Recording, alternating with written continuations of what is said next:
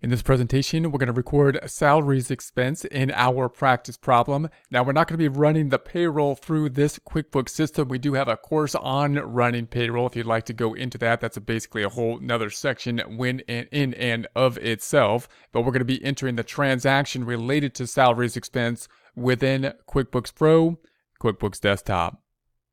Here we are in our QuickBooks example problem. We currently have the open windows opened. You can open the open windows by going to the view drop down up top and going to the open windows list. We're now going to take a look at the Excel files to see what our objective is. Here is going to be our Excel file. We're going to be recording the salaries expense as can be seen here. Salary paid and accrued salaries. We're going to be recording the salaries paid. We're not going to be dealing with the processing of the salaries. We're going to basically do a generic payroll information to record the journal entry. Again, we do have a course on recording salaries or recording wages within QuickBooks in another course, which is basically a course in and of itself. So the basic journal entry that if we broke this down and took out the payroll taxes and everything would be to have the debit to the salaries expense, increase in the expense, and the credit going to cash. So let's record that transaction. We're going to say the cash then is decreasing, the other side then going to the salaries expense. If we go back to the QuickBooks, and we record this within QuickBooks, we're going to do that. I'm just going to write a check for it. So we're going to write a check. We're going to say that it's going to be as of, let's say, the 6th. We're going to say this is going to be employee number 1. Employee number 1. We're going to set up the employee. I'm just going to set them up as a vendor here rather than an employee because, again, we're not going to process through the payroll system. So we're going to say then that we want it to be for $209,460. So this is going to be $209,460. And the other side, we're going to say went to salaries expense. So it should be go to salaries expense, which we're going to set up in the account. Note that this check is currently going to the clearing account and it should be going to the checking account. I'm going to keep it in the clearing account now. We're going to take a look at the reports at the end and then make an adjustment to it. We'll go back into there, basically audit it, and then adjust this. Account tab as salaries expense. There we have it. We're going to set it up. We're going to say tab, set up that item. It's going to be an expense type of item or account. So we're going to say continue. There we have it. And we're going to say save and close. And then simply record that check. We're going to say save and close. Yes. And then one or more assigned class. We should assign the class, actually. That's pretty good. They gave us the warning there. We're going to put it to the class, and the class is going to be in the fundraising. We will go back in and break out these classes at a later time according to the percentages. So we're going to say save and close and yes. And then if we check our financials, we go to the trial balance. We go down to the accounting and taxes and the trial balance. Then we're going to go to our range of dates 01/01/20 to 12/31/20. That's January through December 2020. There is our salaries expense, the other side going to the checking account.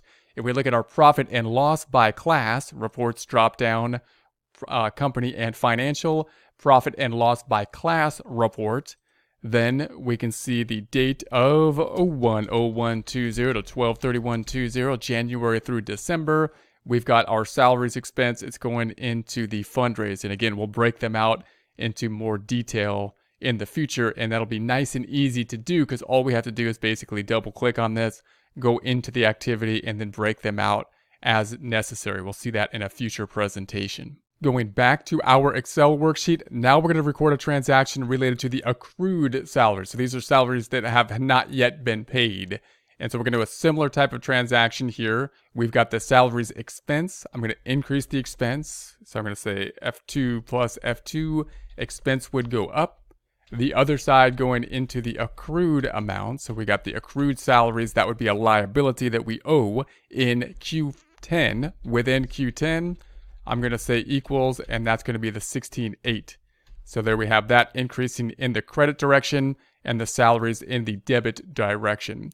So let's record that into QuickBooks. So if we go back into QuickBooks, so within QuickBooks, we would typically record something like this with a journal entry. So we could do that. We can go to the reports up top. We can go to the make journal entries and record a similar journal entry here. And we do have the class field, so we can name the class as well.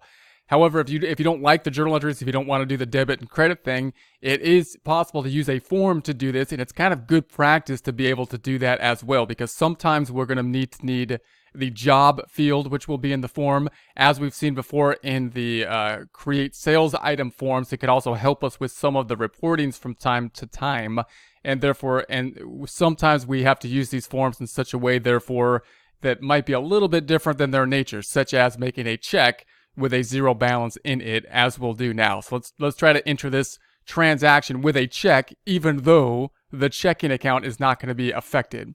So we're going to be entering the check. We're going to write a check. We want to be in, I'm going to say, the clearing account, because this is actually going to be a zero check. So I want to show it in the clearing account to show that it should just basically be a zero check, not going up or down in terms of actual cash. Now, if it takes you to a register, I just double click on this blank area down below if you want to actually see the check. So I double click right here, and that'll take you to the actual check field. So I'm going to tab through this. I'm going to call this same idea here, employee, let's say 2 this time, employee 2, tab. We're going to quick add. I'm going to add it as a vendor, so we'll be a vendor. Now, there's not going to be any amount of the check, because it's actually, we're just using the check field to enter a journal entry where we have basically the job, both the job field and the class field. All we need is the class field at this time, and therefore a journal entry would work. However, the job field is often a restricting characteristic, with the fact if we need a job field, at which time when we might actually need a zero check at that point as well. So now we're going to say enter the transaction. So the expense, normally the expense would be going up here, and this is going to be the salaries expense. So we put that in as a positive number. I'm going to say the salaries expense is going to be, according to here, the amount of the 16,800. So I'm going to say 16,800. And then I'm going to put that to the class, and I'm going to call the class to be the fundraising for now. And then I'm just going to make the other side a negative amount here so that the check results in 0. So this should result in a 0 check. And the other side is going to go to, what did we call it? Accrued salaries payable, let's say. So I'm just going to copy that. We'll bring that over. It's going to go in the salaries payable. I'm going to have to set that up. I'm going to say tab. I'm going to set up the salaries payable account. It's going to be an other current liability account, other current liability type of account. We're going to continue and continue, save and close. That's going to be a negative 16,800. And so there we have that. And we could put the fundraising here as well, although it's not quite necessary because it's a balance sheet account. So that's going to be the transaction. Notice it's a 0 check. Although we're using a check, nothing's going to happen. Therefore, to the checking account, we're going to increase the expense just like we would if we had been writing a check. But the other side, the decrease to cash, will not be a decrease to cash, but instead an increase to a liability called salaries payable. So let's go ahead and do that. We're going to say save and close, and yes. Then we're going to go to our trial balance. In the trial balance, we will then see that we have the salaries expense here matching up to what we have in Excel, hopefully, for the salaries expense, the 226,260. And then we have the payable going up as well. So if we go up to the salaries payable, to 16,800 there. If we go back to the profit and loss by class in the open windows, then we see that we have the amount that's going to be unrestricted has been increased for the salaries expenses. Note that as we look at the trial balance, there's an amount in the clearing account, and that's a clearing account. It should be 0. So let's go back in there and double check that. Anytime we see something in a clearing account, we're going to say, something's kind of funny there. I'm going to double click on that item, and I'm going to say, here's the one that got picked up, the 209,460. It's a check from the employee. It shouldn't be going to the clearing account, but to the actual checking account. So I'm going to double click on that item, and then we're going to change up top from the clearing account to the checking account. So I'm going to change that to the checking account, and then I'm going to say okay, and then we're going to say save and close, and yes, and then closing this back out then. that's no longer in the clearing account, it is 0, as it always should be, then the checking account has the full balance within it.